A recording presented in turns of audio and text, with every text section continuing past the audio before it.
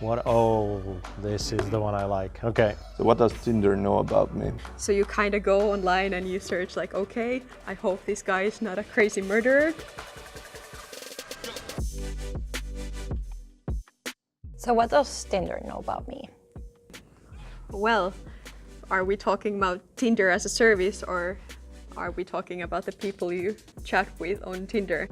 The problem with these websites is that you want to share as much as possible to find your optimal mate, but you also don't want to overshare and let these services know more about yourself than you would want to.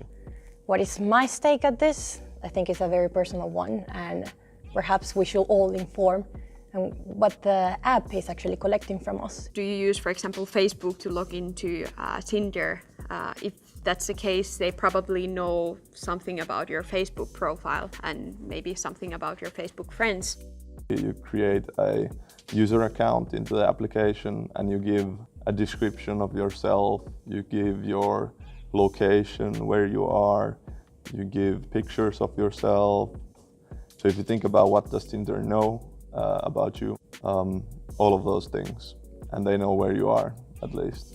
Naturally, if you share in your bio, for example, your employer, they can read that and then they know that about you.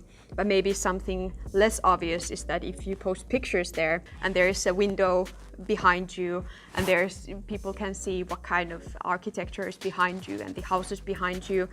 If they wanted to, they could do some research to look into where you live, for example. On top of the information you're sharing with online dating services, they're also gathering data about you, the frequency you log on, and for example, your location in the world. Signal triangulation is an actual thing, so if I look at people who are like 5 miles away from my current location, and then I drive to another location and see how far those people are from that place, I could map out roughly how far they are and where those circles overlap and maybe get an estimate of where those people are in my city. Well, this is something that I used to do, but when I use Tinder, and especially if I was about to meet someone, so you kind of go online and you search like, okay, I hope this guy is not a crazy murderer, and yeah, do this kind of basic OSINT.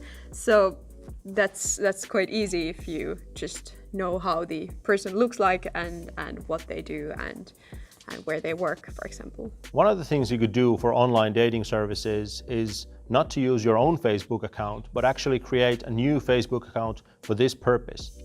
The idea here is not to mislead anyone, but to control exactly what gets shared to these services and to people browsing these services.